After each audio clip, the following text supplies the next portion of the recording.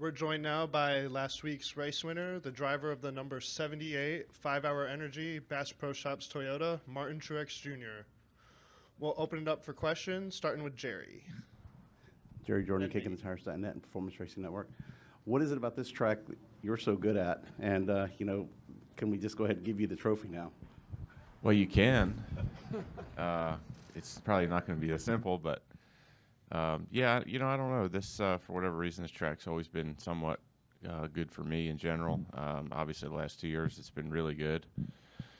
Had to overcome a lot of issues here, both years, it seems like, to be able to get the win. So, that's kind of neat looking back on our two races here, what we had to overcome to win. But, it's this year's going to be different, I think, different tires. And that's probably the biggest deal, different tires, and then being here, when it's 140 degrees outside. So going to be a little different weekend, and hopefully we can continue that.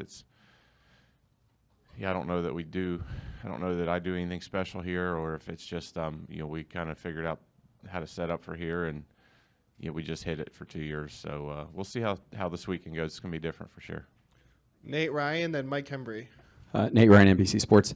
Martin, I got two for you. One, Harvick was in here yesterday, and he said after the race last week that he felt as if the pit call didn't make a difference in him winning, that your car was getting better and you would have passed him regardless in the second half. And he reaffirmed that yesterday. I just want your take on that. Is that how you saw Sonoma?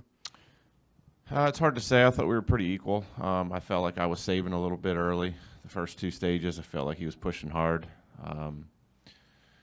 Before the pit call, when he pitted and we stayed out, I was catching him. I felt like maybe he was losing a little bit of his braking ability. So there may be some truth to that. I don't know. We'll never know. But at the end of the day, we won, and our car was really strong.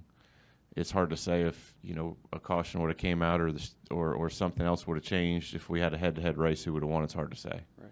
He also said that there are 6 winners through 16 races for the first time, and it's been 4 years since there have been that few number of winners through this point of the season.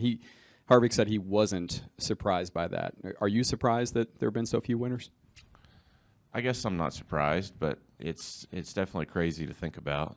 The dominance of a handful of teams, and you think about the rules today and how strictly enforced everything is, and just how tight the box is that we have to work in, and the fact that for more or less 4 teams have been able to find an advantage consistently is hard to believe. So it's hard to believe that a team 4 teams can do that. So yeah, I mean, I'm a little bit surprised. I know he's not, but I think I am a little bit, just because of there's so many great, talented people in the garage, drivers, crew chiefs, engineers. Just, like I said, to find that little bit of an edge is so difficult to do. So hats off to those teams for sure. Mike Hembry. Mike Hembry, USA Today. A couple, Martin. You were just talking about the 3 or 4 teams that are winning. What's that going to mean when the playoffs start? You think that's going to continue, or is it going to be kind of a reset? I really don't know. It's hard to say. I mean, if you look at the past few years, it seems like the strong teams have been able to keep their edge.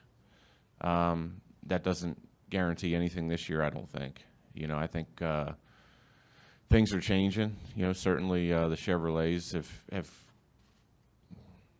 gotten a new body this year, and probably a little bit slower out of the gate than they would have hoped, and I'm sure they're going to continue to find things that help them.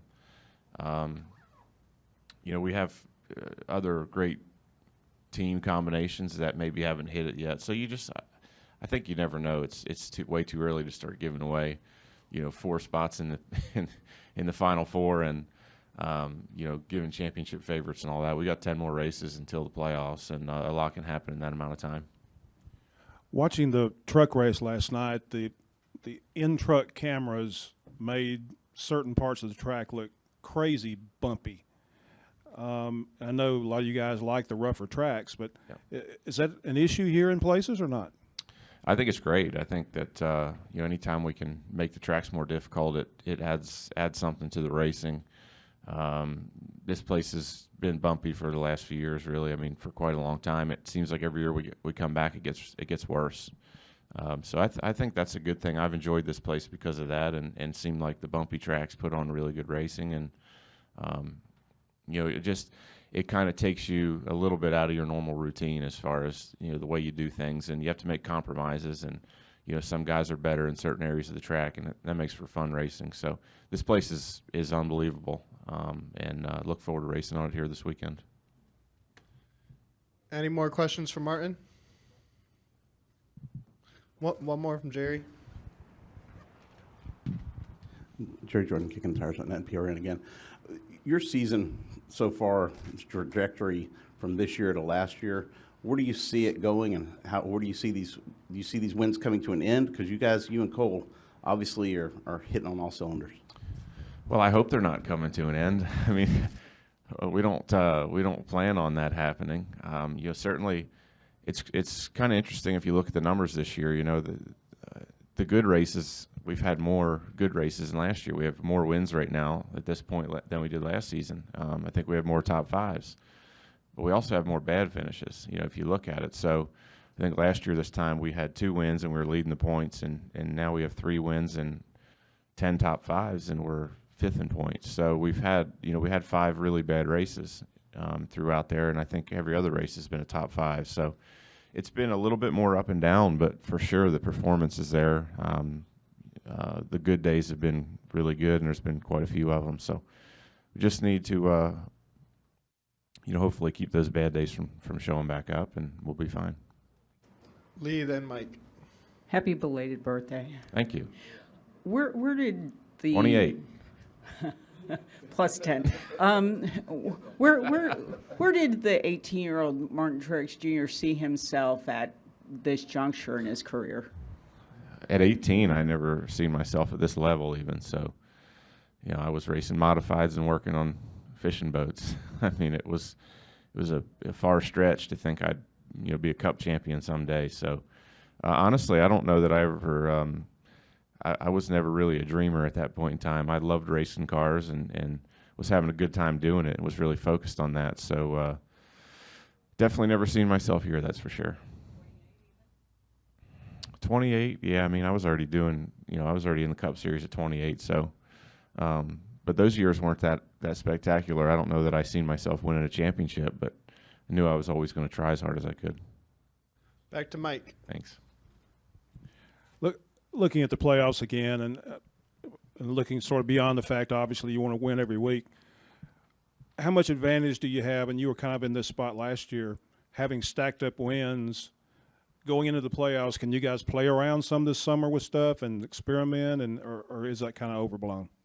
I think that's a little bit overblown. I think that if you're running well and you're leading laps and winning races, you're not really apt to experiment a lot. You feel like pretty good about your program. You kind of play to your strengths and do the things you do. So the experimentation thing, I think, is something that is more old school.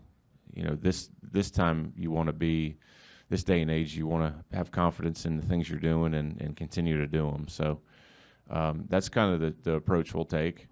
Like I said, for us, I think just eliminating some of those bad days we've had is important. Make sure that we don't have any trouble when the playoffs start. You kind of get that confidence rolling and get things moving. But to your point about playoff points and stacking up wins, I think that it just being able to race relaxed is always easier, and having playoff points and bonus points when the playoffs start is big. I think for that. Last year we we really didn't have many concerns the first 2 rounds. It was like, as long as we don't have any major malfunctions, we're going to be okay. And it just makes it a little bit easier to do your job and not worry about things that can happen like what happened to us in 16.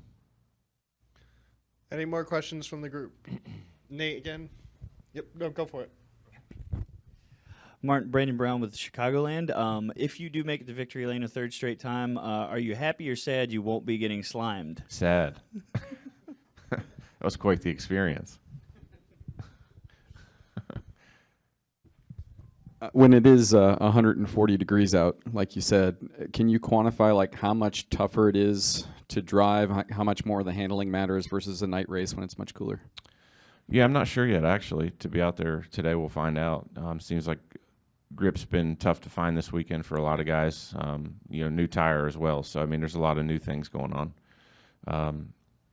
It's definitely going to be tougher. I would imagine that the groove's going to be probably on average a little bit higher than when we run here in the fall. I think more guys will get the top working. So it's definitely going to be different, but how much, it's hard to say right now.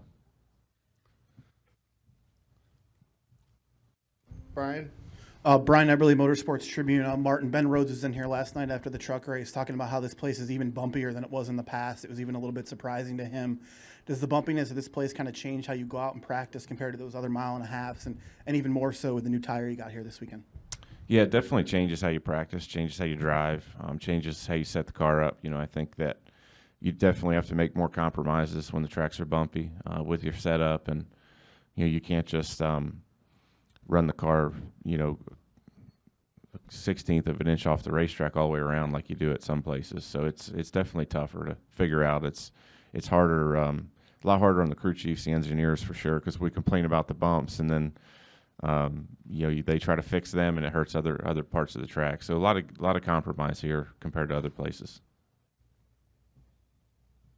All right. Thank you for your time, Martin. Thanks, Good luck. guys.